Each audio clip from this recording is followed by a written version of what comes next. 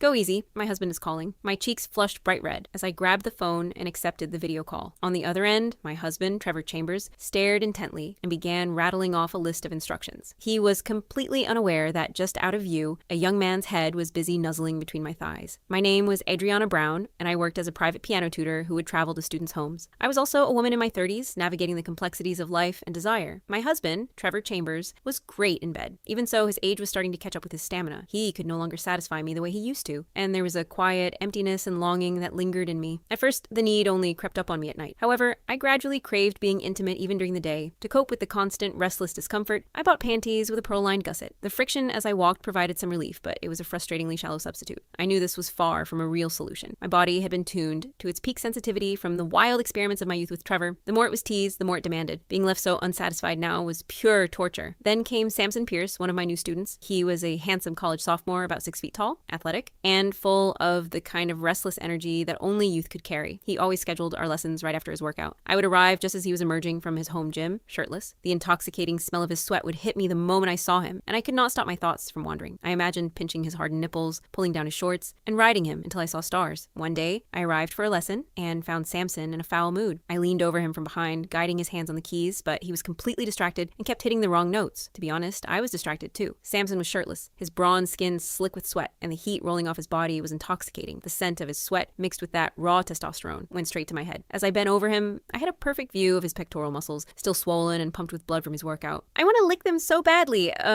Just as the thought popped into my head, a loud bang snapped me out of it. Samson suddenly slammed his hands down on the keys with a jarring chord and stood up abruptly. Not only did I jump in surprise, but his solid back muscles also slammed right into my chest. It did not hurt, though. Instead, a thrilling electric tingle shot through me. My mind was racing with desire, but I still managed to sound concerned. "What's wrong? Are you feeling unwell?" "Nothing. I just got dumped, and I'm not in the right headspace," he said, his tone surprisingly polite despite his anger. He added, "Ms. Brown, why don't you take a break? I'm going to go back to the gym and hit the heavy bag for a bit to cool off. We can continue the lesson when I've calmed down. I'll pay you double for the extra time." Of course, I agreed. After he went back into the gym, I sat down in the seat he had been sitting in. Just thinking about our brief, accidental physical contact made my body heat up again. I wondered what his ex-girlfriend was thinking of letting go of such a handsome man like him. My mind drifted to the noticeable bulge in his shorts I had glimpsed earlier. It looked so big, definitely a size that could satisfy me. I soon grew restless. Since no one else was in the mansion, I began to slowly rub my thighs together under the grand piano. However, that was just a temporary solution, barely taking the edge off. I pulled out my phone and texted Trevor. "Honey, I want you." Trevor replied almost instantly. "Honey, you're getting turned on during a tutoring session?" I sent a reply.